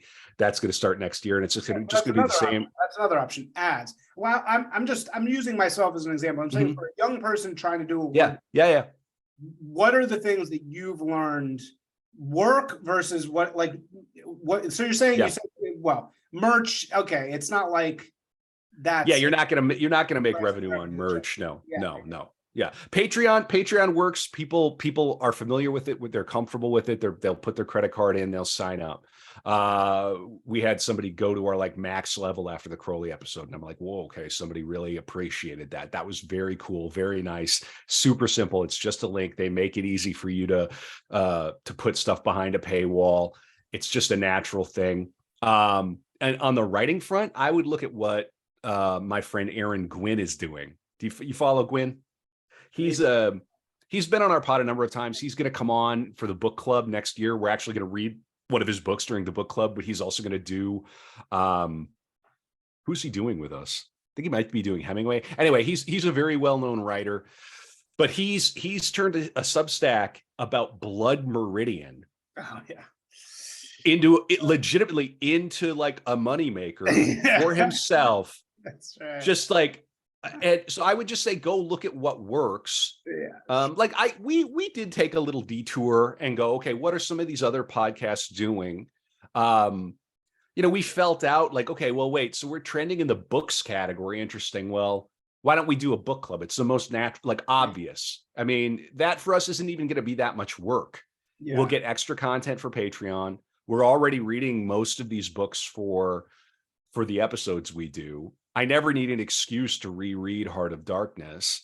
And we're also getting to promote some Friends stuff. So like Dan Baltic's great novel, Nutcracker. Yeah, I read it. No, he came on. I had him on. We talked about it. Oh, yeah. Oh, Yeah. You've read Nutcracker? Yeah, I read it. Yeah. Bro, I blurbed Nutcracker. Oh, that, read it. Right. Yeah. Oh man, dude, that book. I might write a review of that for one of the outlets that everybody will be familiar with. But dude, that novel has me writing a novel. I mean, I got all this other stuff going on, but I literally how the hell do you have time to write a novel? No, it would be it's with all you're doing. Just 1,000 words a day, man. Oh, that's your thing. You do 1,000 words a day. Yeah, I mean, if you can write 1,000 words a day, you can write a novel in a year easily. That's a long novel. You should be able to draft a novel in under 6 months. Yeah. Wow. You just got to weaponize your autism. Well, the first thing I ever did was publish a book, actually. Oh yeah. So I published a book before I even got published in Vice. Cool. Or like not exactly concurrent. I think I wrote for Vice first, but and I was like an LA Weekly columnist. But what I would say for people trying to do that and trying to like do what we're doing is you have to find your scene. That's the most important thing. Like when I published that book, which was not very good because I hadn't become a good writer yet. I was still like in law school basically when I wrote it. I published it just out in nothing. I just dropped it off, but what we both have now is a scene. We have people that we can share stuff with. We have people that will tell us what they think about something, and you find that on Twitter. And you really need to have that before you start creating something as an outsider. If you're not going to work inside the system, you have to find that group of outsiders that are going to be your like little mini system. That's what I would say is actually the most important thing to cultivate. Not hard to find on the Bird website. What? Not hard to find on the Bird website. Yeah, you just gotta start liking stuff that you actually like. Just start posting guillotines. Yeah. Wow. Although that got you canceled. It was some other stuff, but that's fine. Okay, so what are some other ways, like in your doing all the work that you've been doing, historically, how have artists like us made money? They married it quite often. A lot of artists would just do commercial work. I mean, you think about Shakespeare. Shakespeare was like the greatest television writer of his time. That was a working. Yeah, well, he was like, you have to think about it. It's super helpful to think about this stuff as a craft and as a job, like any other job. Yeah. That was something I wanted to say earlier about Kubrick. He was a craftsman. Right. And every like a commercial photographer. right. Well, And yeah, no, everyone, yeah, my life, like being a copywriter, I've learned so much about writing from copywriting, 100%. titling things correctly. And yeah.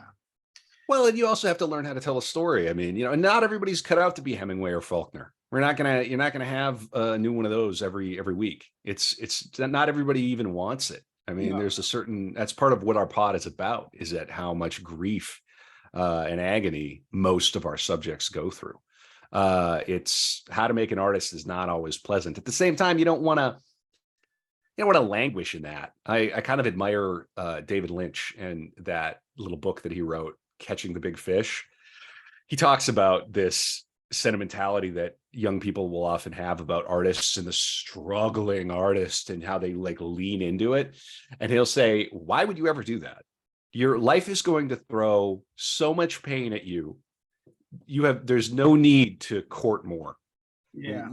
You're gonna find plenty of suffering. So, and he says it's not even a good way to be productive. You need to be healthy. You need to be functioning. Yeah. Every move. I was blessed with having artist parents. So I never had to go through that. Like I didn't want to be an artist at all. I've actually always been trying to escape it. I've always been like, I want to be rich.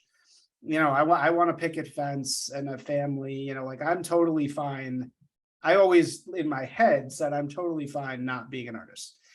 And because I saw like being a starving artist is terrible. It's not sexy. It's not cool. No, it's not. It's not romantic at all. Stupid thing to try and be. And all the people who didn't really want to be, I mean, there's a few exceptions, but it was something that was thrust upon them much more than it was something that they embraced. So I think David Lynch is totally right about that. Yeah, or it's a rich kid LARP. It's a LARP. The four roommates in Bushwick, but then you very quickly realize like, oh, they're going to spend summer in the south of France. Yeah.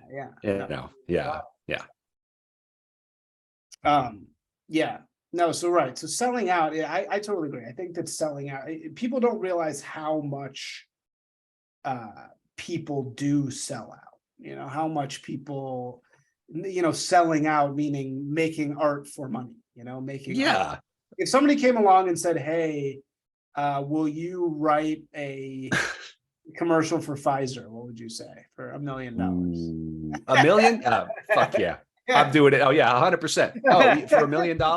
Oh yeah, easy. Yeah. Easy. Yeah. You're gonna want to have a triple jab your infant. Yeah. As soon as they're born, we got a COVID-19, COVID-20, COVID-21 for $1 million. I got kids, man. I could do more good in the world with that $1 million. Like my one bit of copywriting for Pfizer is not going to make a dent. Yeah, somebody's gonna understand. But we all say somebody's going to do it, I mean, this whole selling out question is very interesting. I mean, Faulkner went to Hollywood. Brecht, the great communist, went to Hollywood. I mean, like, come on, get the fuck out of here. You know what I mean? Like, they wave those checks in front of you.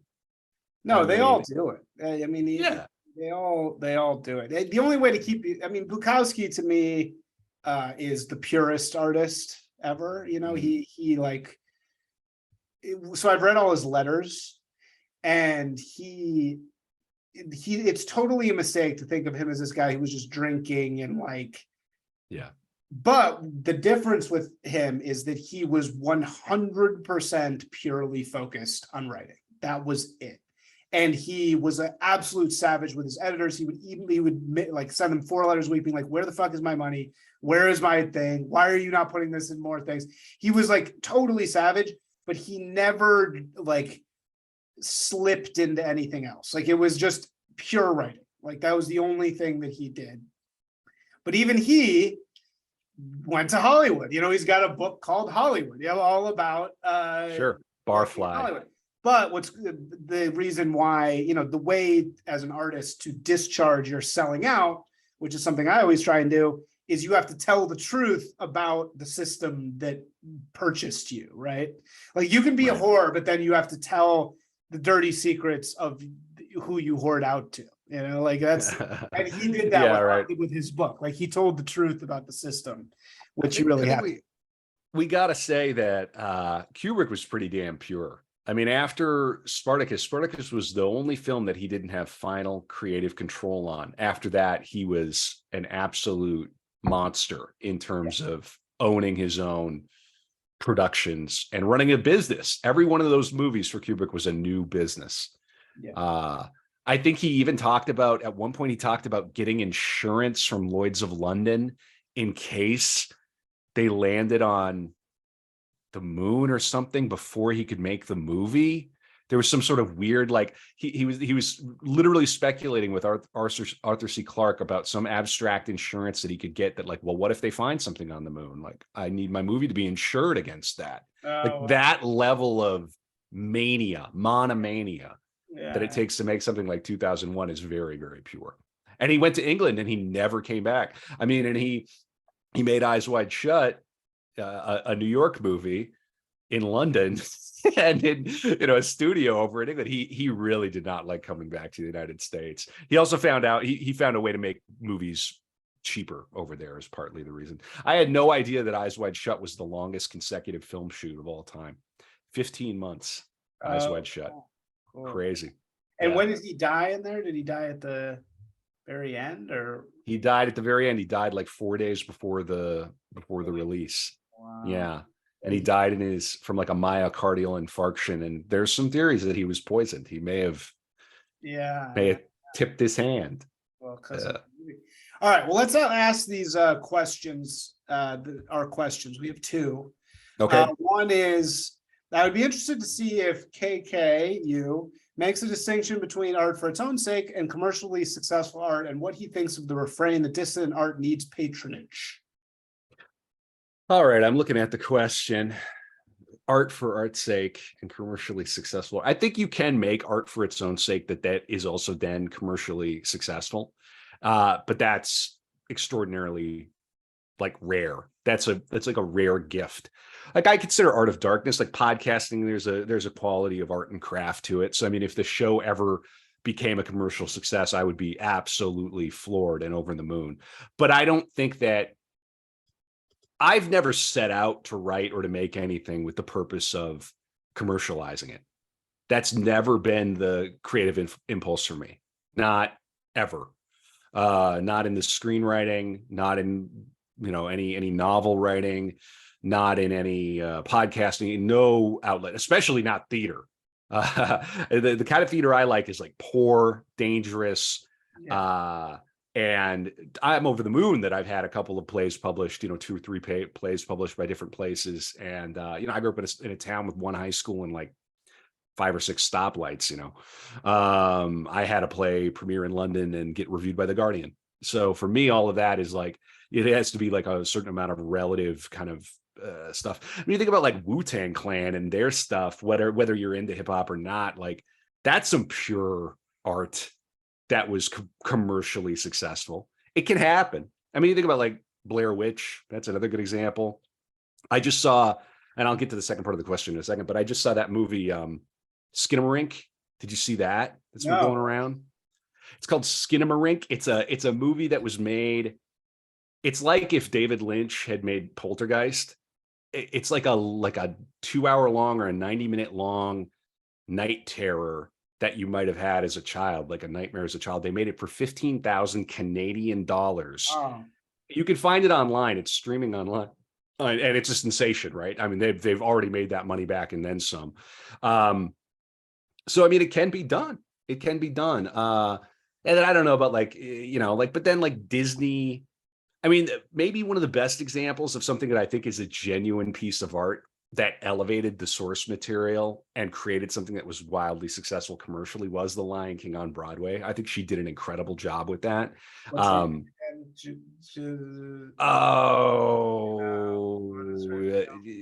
Yeah, let me look it up. It's going to make me Tamor. But Tamor.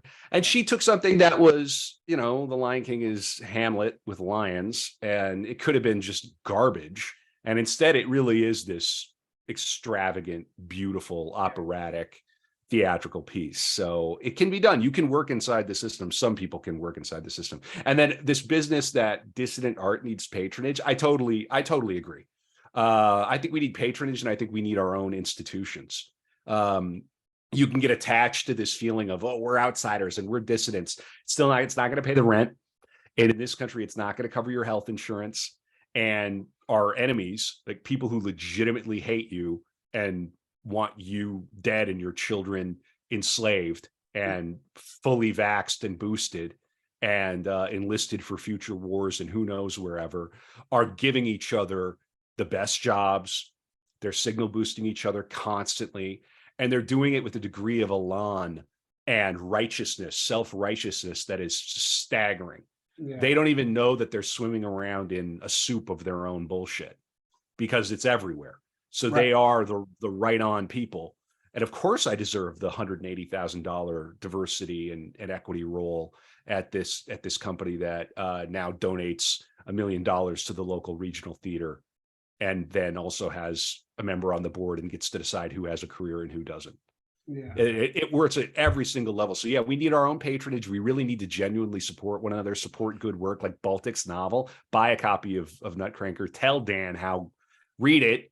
Tell him how great it is. You can like keep this stuff afloat just by supporting each other and pitching in and helping each other out. Yeah, totally. Yeah. No, I've been actually really surprised about how willing people are to give money on Substack. You know, I mean, people really understand what you're saying. I think like people really are understanding, like, we have to support this if it's going to happen. And I'm not going to give my money to Hollywood anymore. You know, I mean, it's just, Yeah. And you have guys like Lomez doing Passage. Yeah. And, when do these things start to morph into different institutions? I mean, I can't remember when this came up, but I mean, it used to be that everybody understood that, like, in the Ivy League, the different institutions had a different character and a different political character. yeah, Probably was Yarvin or something. Like Princeton, I think, was considered to be kind of the right-leaning one. yeah, And and that's gone. Just total, absolute lockstep homogeneity just across the boards. Just disgusting and loathsome. So there's gonna be a yearning and a desperate need for cultural institutions. I don't care if you call them dissident or not, right-wing dissident. I don't even know what it is. It's just anything but that. And if these billionaires who I used to follow me on Twitter and who I know people who know these guys, I would really love to think that they could get a group together. I mean, you talk about the mythical teal bucks or whatever, but like really, you look around and look at the culture and look at where the levers of power are. It's not all in boardrooms. It's in like regional theaters. It's in local radio. It's in NPR radio. It's in cultural institutions. It is having the ability to like anoint an artist as, like, imagine a right-wing MacArthur Genius Grant. yeah, right. Somebody could put that together. Musk could put something like that together, but you have this weird tech bro side to that all, and it's all got to be about money. It's like, well, bro, your kids are going to grow up in an even freakier and weirder and more progressive and more lefty culture unless you really begin to value this stuff more. Mic drop. Well, good. That was very good. Okay. We've already answered the second question, which is why Hollywood writing. The question is, why is Hollywood writing so bad these days? I've got 20 mutuals who are legitimate, better storytellers than contemporary screenwriters. They want mediocrity. Yeah, I think so. I saw the movie The Menu a couple nights ago, and I that's a movie that wants to be a radical class commentary based movie, right? And that's clearly why it got greenlit. It's clearly why it has the cast that it has. It's basically the same movie as Triangle of Sadness, which is by this guy Ruben Östlund, which is a great satire. It's very funny that they're actually almost identical films. You can tell though that this movie was made inside the system, because it's like a Hollywood hack writer team and a TV director that has directed Game of Thrones, and like it's clearly this team of people that have come together, and that same system used to be able to make good shit. And the reason that same system used to be able to make good shit, in my opinion, is because you had some megalomaniacal, total Weinstein asshole at the top of it who was putting insane pressure on everybody within it, right? To perform and cutting things that didn't work and everything like that.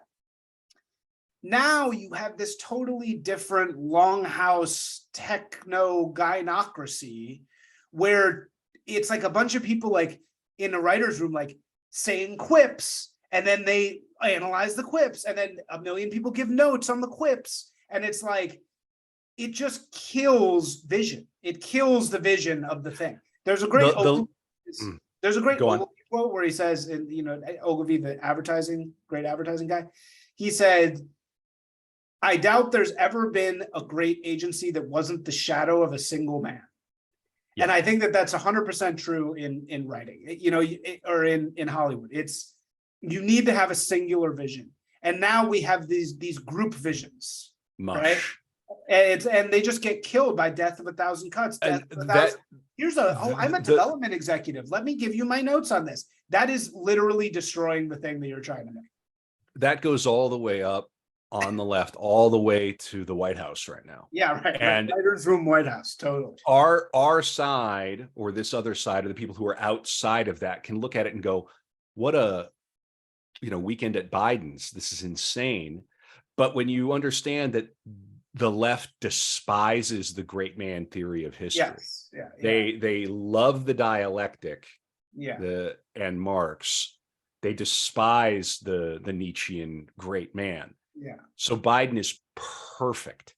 He's not a person. He's a writer's room of people. That's what he is, right? He's a they love writer's room of a bunch of people on Adderall who all went to the same 3 colleges, who all have vocal fry. Yeah, and that's what Biden actually is. They love it. This is also, I mean, and they'll talk about this in these, you know, I mean, for theater, there was just a ton of that. There was even like during, you know, in a lot of ways, UT was maybe the wrong program for me because they were so focused on this transition over to devised work. That was the big turn in the American theater at the time, which sort of reduces the playwright to a member of a troupe. You're just the scribe here to help shape and mold our genius as we roll around on the floor. Or whatever it is we're going to do to create, right? So there's this weird politics around it. And it does have to do with like just this kind of squirming awkwardness that they have, this idea that somehow it's like fascist in a way, like that, like Stanley Kubrick is a bit of a fascist. And you go, no, he's a great, like, what are you freaking talking about? He's like the last great humanist. Well, which is hilarious because fascism comes, of course, from the word fascia, which is the same word literally that faggot comes from. It's a bundle of sticks. Bundle of sticks. And so people say this word fascism to mean like, as you said, you put it the one man theory, when actually it's the exact opposite. It's the multiple man theory is what fascism is. Yeah. Okay, very good. So let's let's wrap up here. I have just one more question for you. It came as a huge shock today that I saw in researching you that you were on Josh Denny's podcast. I was. Yeah, the great Josh Denny. Canceled comedian, former Food Network host, and guy who I've had a lot of interaction with, Josh Denny. How did you come across him? That's such a like world connecting moment for me. Yeah, well, that had to do with moderation. Jeff Giese, who's a good friend of mine, reached out to me actually through Twitter. This is a few years ago, and said, "Hey, if you want to do something artistic, loop me in. I want to be involved in something," which was great. This is an example of I wouldn't necessarily call him a patron. You know, he came along and helped produce this radio play version of Moderation. Some dude, you know, I met, you know, on the Bird website, and I consider him a good friend. And so he got to get involved in a little artistic project. And part of that was like, hey, let's make sure that people hear this. And so we put together an introduction. I got introduced to Denny. I didn't go into his pod as well prepared as I could have been. I actually remember it was right around Halloween, and we had gone down to New Orleans my gal and I, and we were in this totally legitimately haunted house in Treme in New Orleans. Like literally we walked in and she had just finished, it was an Airbnb. She just had finished evicting some people, and there were like little streaks of blood all around the apartment. It was amazing. We had the authentic New Orleans experience. But I remember Josh being a very, very good host, but very hardcore, very intense. And at the time, I was still flirting around with the, like I said, I nearly got into Juilliard there at the end of my New York time. And I was like, COVID was kind of going on. I didn't know what was going to happen with the theater. And I was just sort of flirting more and more with like just coming out and saying what the fuck was on my mind on Twitter, which is partly how I met Giese. That's another thing I would sell to and tell young people. Just say what the fuck is on your mind. Yeah. You don't want to get into a position where you got to hide your power levels that much. Then that goes against the whole anon debate, right? This is the whole. Well, do we have another two hours or not? I don't know. But in any case, I was a face cuck, and Denny was great. He going on his pod, he was like, abortion should be evil and da da da. And I was like, okay, all right, okay, Josh, Denny, cool, yeah, I'm very interesting dude, yeah, very nice guy. I actually have, run a marketing agency, a creative agency called Will, and I launched it 2 years ago, and I kind of launched it as a not based agency, which it is now, but I launched it as like a free speech agency, right? Like it was like, we hire leftist and right-wing people, and so the two guys I hired to run it with me were Josh and this guy, Brad Robinson, who was a leftist. And so I was like, oh, it's a balance and blah, blah, blah. And so I had a lot, me and him me and Josh hung out in LA. But it did not end well. I'll just say. I'm sorry to hear that. I'm not going to go into it any more than that because there's no point. But that relationship did not end well. Will big still personalities. Yeah, I think big personalities, and Josh, I have a lot of respect for Josh. He's actually a great comedian. He's a very skilled comedian. I used to go see him perform here in LA a lot, and he's very skilled. He's really quite good at it. He's really on another level. He's like on a very pro level. But talk about somebody who's constantly trying to find ways to make money. It's like we're all scraping by, and so that created a lot of pressure. And whatever. I'll tell that story. Right. If Josh ever wants to come on, we can tell the story in full. Should reach out to him and ask. You never know. Yeah. Okay. Cool. Well, I think that's that. We've talked a lot about Art of Darkness, but why don't you give us all your URLs? Yeah, the plugs. artofdarkpod.com. The podcast about the dark side of creativity. Get in there, listen to some episodes. Patreon.com/artofdarkpod. Badmouth Theater Company, badmouthtc.com. The radio play that we did of the Artaud radio play, the revival of it, that's on the Art of Darkness podcast. I have my own website, kevinkautzman.com. It's Kautzman. That's plenty. I would say start with Art of Darkness. If you get into that show, not hard to find. We got a Telegram chat that's active. Isaac is in that chat. We have a lot of fun. We are a diverse gathering in the most meaningful sense of the phrase. We've got people from all over the world, people from different backgrounds. We've got PhD medievalists in that chat. We've got spicy anons. We've got writers like Isaac, and there's always something new going on in that chat. It's a really fun way to kind of like engage with a little community. And everybody is into at least a couple of things, art and artists, and podcasts. So yeah, fun. Nice. Really glad to be here. This has flown by. I feel like we just started. Yeah. No, you're right. We could talk about it all day, but we got to give people, I'm thinking about making these an hour, capping them at an hour, and just really leaning into the interrogation thing and just making it like, we're going, I'm going to like take control. Or so I'm just such a, like, I'm like a in some ways, when I'm not drunk, I'm like a people pleaser. So I don't want to like be too mean, but I think maybe I'll try and like be a little Well, I mean. hope I wasn't too talkative. And No, I, no, I'm, not at all. yeah, Not yeah, at all. yeah. No, I really enjoyed it. I agree. It flew by. I kind of want to be, you know, you're from the Midwest, so maybe you know of these restaurants, which are the perfect thing to have in the Midwest. But like, there's a place in Chicago called Ed DeBevick's where the waiters are really mean to you.